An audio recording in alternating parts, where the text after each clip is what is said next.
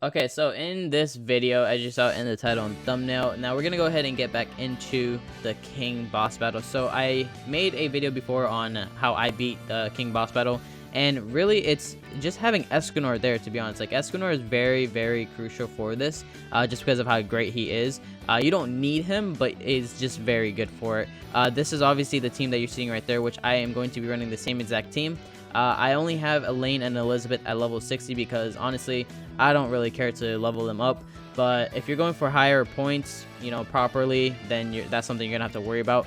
Unfortunately, I am sitting at 4.42%, and my highest score is 1490. I honestly don't think I'm gonna get anything higher than that, unless if I do hell, which I don't really want to do that because one, it's 150,000 CC and I'm nowhere near that, so it's very tough. So if you want to do much higher damage and much higher scoring, then you definitely want to do hell. But you can honestly do extreme, and you can finish everything in the actual shop. As you can see, I already have King's clothing. I have everything else. I'm not too sure if I want to do the treasures, the chest part. I'm not too sure yet. That's another 300, which it's not hard, honestly. This event's easier than what it was on JP.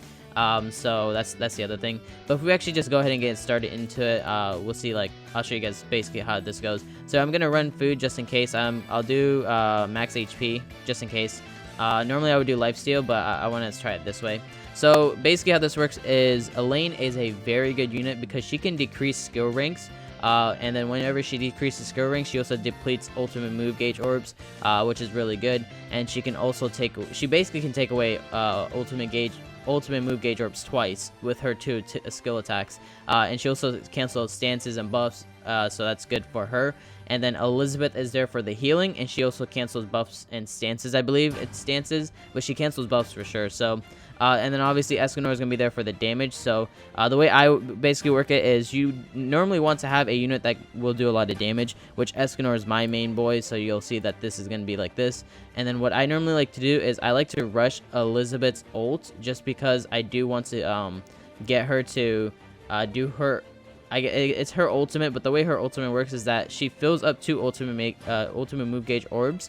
So whenever you do her ultimate, essentially you're getting Escanor two ultimate move gauge orbs right after when she do his ults, because I've pushed for doing ults with Escanor as quickly as possible, and then I heal with Elizabeth just to get two more ult gauge orbs back with Escanor to try pushing him back up to get his ultimate again. So normally what I do is, obviously you can see that I move cards together because we're going for Escanor's ult, and then we'll ignite, and then we'll do that 2-star skill right there from Elaine is going to take away his ultimate moves right now. So you can see, so it's going to attack, and then it takes away ultimate move, and it also does those missions, I guess, for that. So right here I am going to actually ult, right? So the thing is, when I ult, you'll see why I do this. The reason why I ult here is because whenever I ult, then I'm going to use Escanor's... I'm going to use Escanor's card. The reason why is because next turn, Elizabeth's going to give the 2 extra orbs from the healing. So we're going to do that. And then what I would do, just in case I'm going to heal, just to get a little bit more health. So the reason why I do this is because once that ult is gone, the next turn I can try pushing for another ult, as long as I can get Escanor cards. Normally you don't have to do it like this. You can just wait until you get your ult on second phase and then try ulting fast.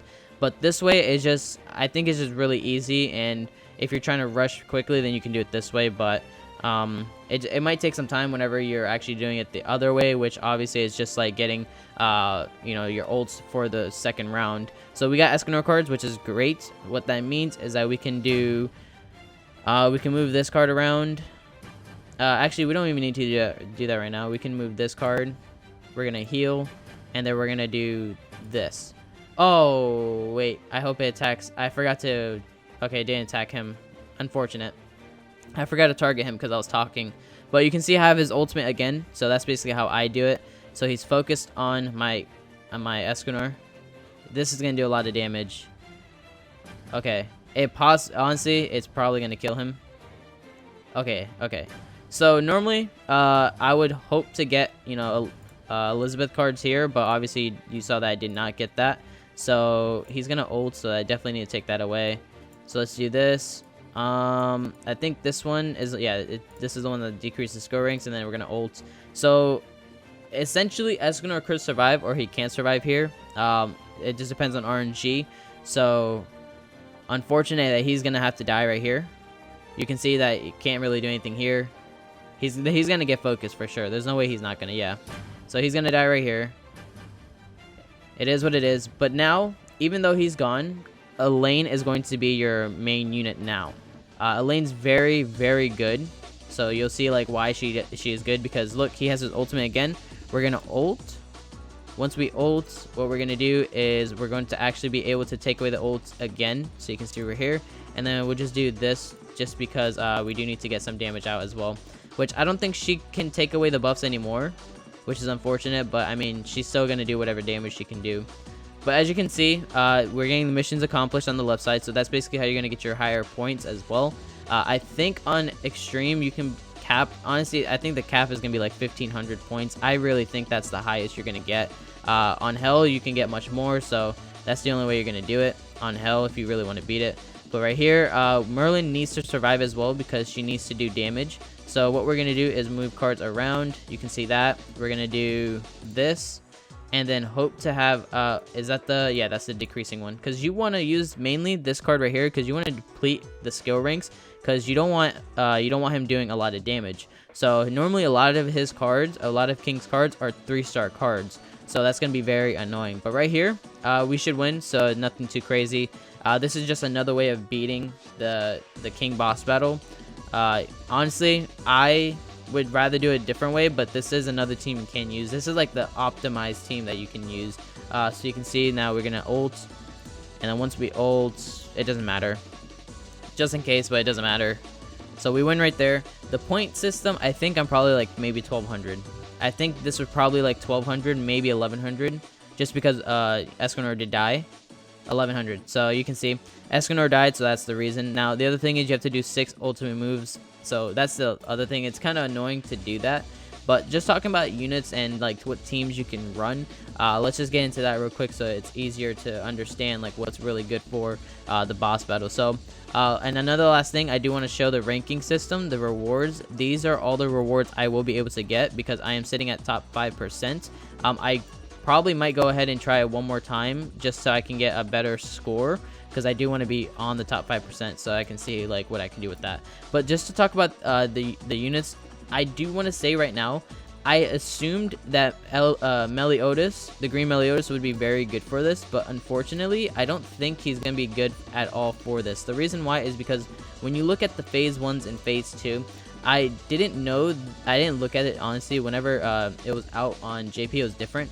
But when you see this right here, I think it's the second one, the counter damage decrease. So this damage taken from a counter is decreased by 60%, meaning green Meliodas is basically useless on this event. And you can see like recommended heroes, normally on JP, I believe green Meliodas was actually here.